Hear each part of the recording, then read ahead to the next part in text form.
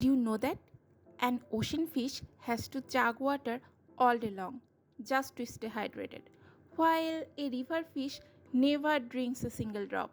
Seriously, zero. In fact, if you swap their environments and put a freshwater goldfish into the ocean, it would dry up and shrivel up in minutes. Here is the hidden biological battle every fish is fighting right now. Welcome back to Biofisher Hub. Today we are diving into a mind-bending process called osmoregulation. To understand why fish drink or don't drink, we first have to meet a rule of nature called osmosis.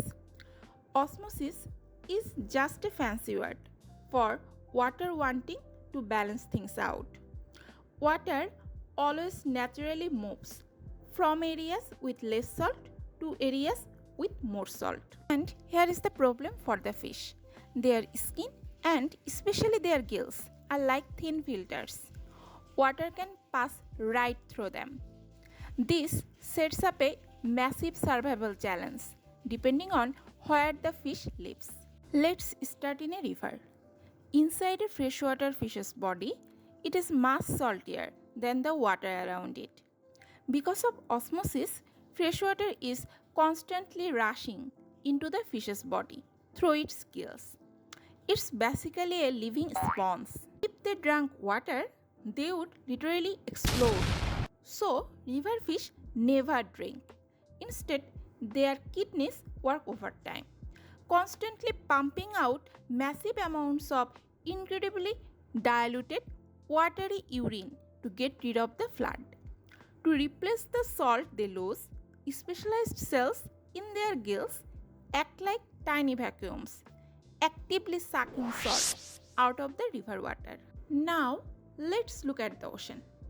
The ocean is packed with salt, way saltier than the inside of a fish. Remember the rule of osmosis? The ocean is constantly, aggressively sucking water out of the fish's body. Marine fish are in constant danger of dying of thirst while surrounded by water. Their solution? They have to chug seawater constantly to stay alive. But drinking salt water brings in a dangerous amount of salt. To fix this, marine fish have specialized kidneys that produce only tiny drops of highly concentrated salty waste.